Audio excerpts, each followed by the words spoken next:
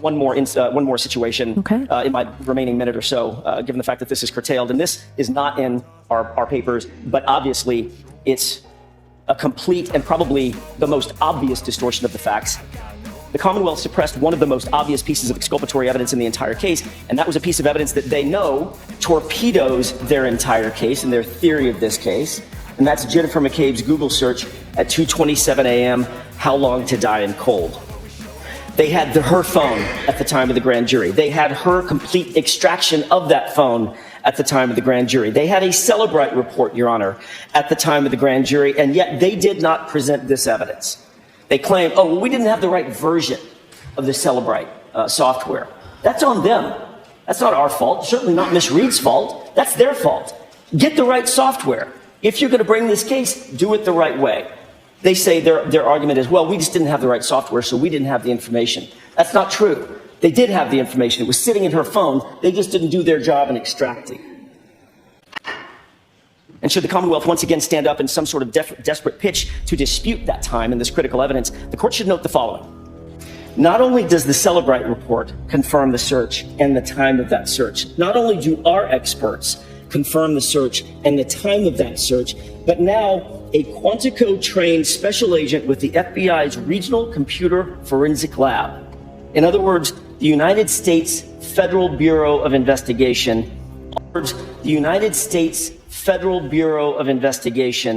also specifically confirms that that search was made on Jennifer McCabe's phone, and it was made on or before 2:27 and 40 seconds a.m. on January 29th, 2022. That fact, Your Honor, is no longer open for debate. And none of that was presented before the grand jury. Lastly, get to the Google search, and I would agree with counsel in the sense that it's really no longer open for debate, but I'm not really sure why we're still even talking about this or why this is still a topic that they're pushing. Essentially, what we have is, yes, what counsel mentions is there was one expert who was given 2 extractions, presumably provided by defense counsel, that indicates from that particular FBI expert that the searches were done at 2-something in the morning. Yes, what counsel mentions is there is one expert who was given 2 extractions, presumably provided by defense counsel, that indicates from that particular FBI expert that the searches were done at 2-something in the morning. What counsel neglects to sort of raise and stress with the court is that there's a separate, and I forget exactly what it stands for, but an RCFL analysis of the phone in which through both Axiom and through Celebrite, and the conclusion of that expert is that the searches occurred when Ms. McCabe testified they occurred because the defendant asked her to conduct those searches at 6:23 and 6:24 in the morning. Really, the argument stops at the point of it's not, we didn't do our job to get the Celebrite version that shows that information did not exist at the time of the grand jury. So I'm not really sure how the Commonwealth is supposed to run something through a Celebrite version that isn't in existence at the time the grand jury is conducted.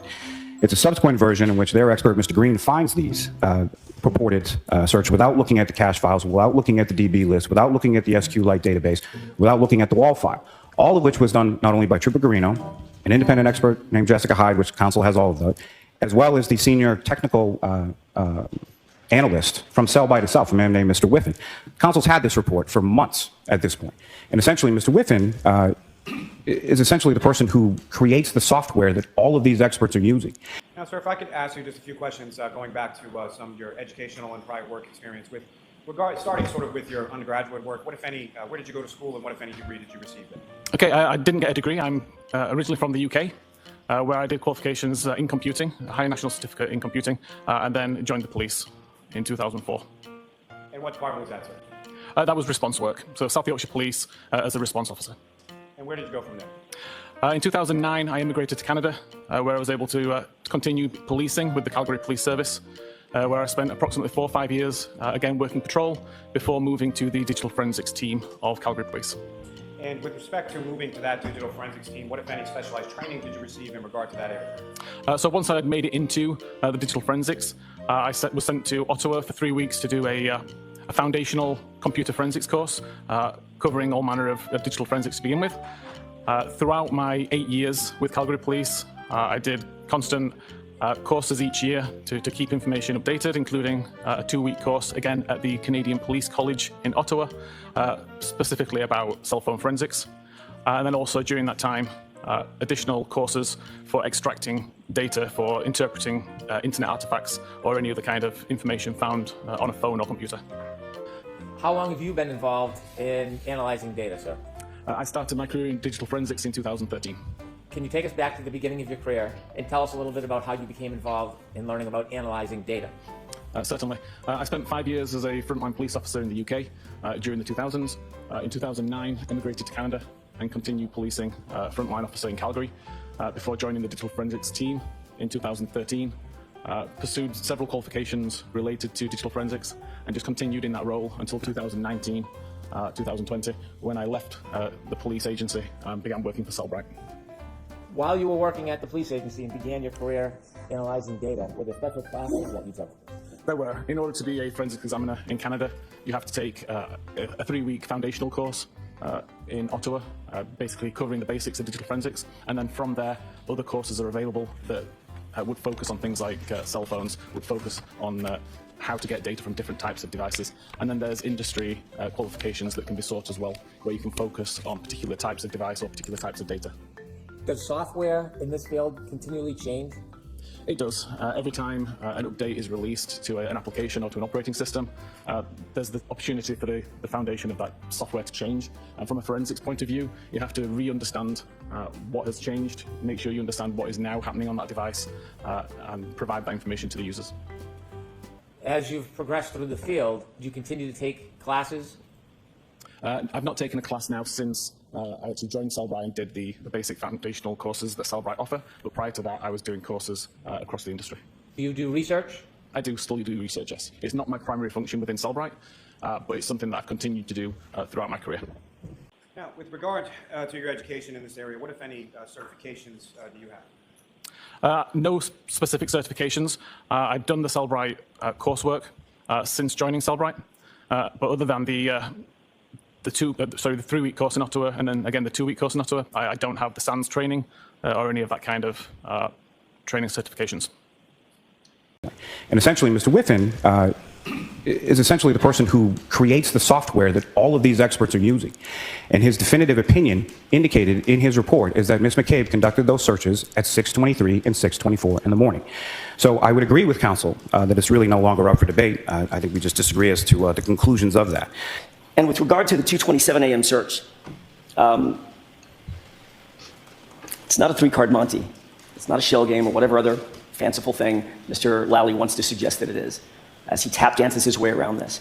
He says that our expert, Rick Green, didn't look at the SQLite database. Yeah, Mr. Lally, reread his report. Yes, he did. He didn't look at the wall file. Yeah, Mr. Lally, reread his report. Yes, he in fact did. And he's the one that found the 2:27 a.m. search. And with regard to the Regional Computer Forensics Lab, that's the definition he couldn't remember, what they actually said was, because Mr. Lally got this wrong too, what they actually said was, yes, there was a 6:23 and a 6:24 search. And there was a 2:27 a.m. search as well. All 3 of those searches existed in the phone, Jennifer McCabe's phone, and it's not up for debate. The federal investigators hired, independent of us, we had no idea, and independent of the Commonwealth, hired a professional reconstructionist, 3 PhDs, to look into exactly this issue. Did Karen Reed's car, did her SUV make contact with John O'Keefe? And their conclusion to a person was his injuries were inconsistent with the damage on the car. The damage on the car was inconsistent with having made contact with John O'Keefe's body. In other words, the car didn't hit him, and he wasn't hit by the car. Period. Full stop. That's their independent expert, not ours. This is an independent federal government witness or series of witnesses who say unequivocally that car did not hit John O'Keefe, and John O'Keefe was not hit by that car. Were you served with a copy of a notice on September 30th, 2022, that you not alter or destroy or manipulate anything on your phone on September 30th? I was served an order, yes, that's correct. And isn't it true, in another hearing, you explained that on September 29th, the day before you claimed you got that notice, you changed phone carriers and changed phone numbers? And I maintained the phone. Until you didn't. when you destroyed it a month later by pulling the SIM card out and throwing it away, correct? Objection. Sustain. Then you drove to a military base and you threw both the destroyed SIM card and the phone into a dumpster, did you not? Well, I was cutting through the base, and I believe how I testified Did you drive to a military base, sir? I was cutting through a base, yes. Did you drive to it?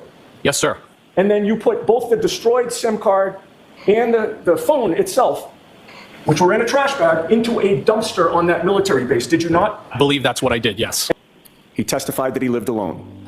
He testified that he was alone that night. He testified there was nobody else in his bedroom. He testified that when he went to bed, he placed his phone on the bedside table. After making those admissions, he was confronted by a federal prosecutor with his phone records. Those records revealed that Brian Albert called Brian Higgins at 2:22 in the morning on January 29. Those records reveal, moreover, that 17 seconds later, Brian Higgins called Brian Albert back, and that call lasted for 22 seconds. Now, when he was first confronted, Brian Higgins first tried to claim that it had to have been a butt dial. That term butt dial is used by many of the Commonwealth's witnesses to explain the many calls between them and among them, and I've never seen a case where there have been so many butt dials, to be frank. But Mr. Higgins was already locked in. He already testified his phone was on the bedside table. His butt was in the bed, the phone was in the table. The two could not have met, Your Honor. There was no possibility of a butt dial. And then Higgins admitted that. And that wasn't Mr. Higgins leaving Brian Albert a voicemail. He also admitted under oath that the toll records would have reflected a voicemail if they went to voicemail. He admitted that to call Brian Albert back, he would have had to first reach for his phone, then unlock it with the passcode or Face ID. Then he would have to press on Brian Albert's number. And that is exactly what he did. And he testified that that was what he did. He also testified that nobody from the Commonwealth, not Trooper Proctor, not ADA Lally, no one has ever asked him about that phone call from Brian Alberts to Higgins, or the return phone call from Higgins to Albert lasting 22 seconds. Rather than get everyone's phone records, as this court knows, the Commonwealth has fought the defense at every turn in our quest to get the phone records. They've persuaded this court that we were previously on a fishing expedition. To the extent the court once thought otherwise, it is clear this is no longer a fishing expedition. We do not have to go fishing to wonder anymore whether calls were made. We now know that someone who had been in that house when John O'Keefe arrived called the homeowner at 2:22 in the morning, 3.5 hours before John O'Keefe's body was found on the homeowner's lawn. We learned that neither party to that call ever revealed to police, investigators, or prosecutors that they connected by phone in those early morning hours. Just like Jennifer McCabe never revealed that at around the same time she was Googling, asking how long it took for someone to die in the cold, a search that the FBI confirms happened at 2:27 in the morning, again, about 3.5 hours before John O'Keefe's body was found. Now, for his part, Brian Albert also first tried to claim that his phone call to Brian Higgins at 2:22 in the morning was a butt dial. He said that he was awake and watching TV, but he was called back to the grand jury to testify a second time. The second time, Brian Albert changed his testimony to say that at 2:22 in the morning, he and his wife were in bed in an intimate situation. He claimed that he had his phone with him in the bed. So now he's claiming that it was during that intimate situation with his wife that he supposedly butt-dialed Brian Higgins. He had no explanation, however, for how his phone picked up when Higgins called him back 17 seconds later. He had no explanation for the 22-second phone conversation that followed, and it's worth noting that Higgins testified he never heard any intimate noises on the other end of the line either. Brian Albert tried to maintain that he butt-dialed Higgins. But again, that would mean that his butt also answered the phone when Higgins called back, and it doesn't make any sense. Both men denied talking to each other despite being confronted with that mountain of evidence by federal prosecutors. But it wasn't just the January 29th, 2022 calls between Higgins and Albert. Brian Higgins' phone records, we learned, reveal that Canton Police Chief Kenneth Burkiwits was involved in interacting with both men shortly after John O'Keefe's body was found. And again, recall, they're supposedly conflicted out of this case. So the question is, why was Chief Burkiwits inserting himself into this case almost immediately? United States Attorney Joshua Levy questioned Higgins about that in the federal grand jury. He summarized the phone records in their possession, records the feds have that we do not, records we're asking this court to order so that both parties in this case can review them. Mr. Levy directed a question to Mr. Higgins in the grand jury where he asked about all of the back and forth between him and Brian Albert and Chief Burkiwits. Quote, you have a 3-minute call with Burkiwits at 7:22 in the morning. This is on January 29th. Another call with him then you have a call with Brian Albert that afternoon for 12 minutes. another call with him for 6 minutes, another call for a minute, then another call with Albert for 10 minutes, then a call with Burkiwits for 4 minutes. Higgins spoke with Burkiwits on January 29th, someone who was conflicted out of the investigation 4 times. And then they spoke many additional times between January 29th and February 4. But Higgins had nothing to do with the investigation, correct? He was a witness in the investigation. Okay, at that point, We have a chief of police who's supposedly... I'm sorry, I just need to, so at that point you say he was a witness? I'm sorry? At that point, the point of the phone calls, he was a witness? Yes, he was in the home, Your Honor. Okay. He was not spoken to by investigators yet, but clearly he's a witness. He was at the home that night. Now, recall that Chief Burkiwits supposedly found a piece of taillight on Brian Albert's lawn on February 4th. After that lawn had been searched by trained investigators and other police officers multiple times without finding it, but somehow Chief Burkiwits was able to spot that piece of taillight while he was driving past the property from his moving vehicle. And the phone records show that Burkiwits called Higgins that very day to tell him about the discovery, and then Higgins calls Brian Albert to tell him. In a case where we are alleging as part of our defense that there is a third-party culprit, and at least some people are involved in a conspiracy to cover up the guilt of that third-party culprit or culprits, contact between co-conspirators could not be more relevant.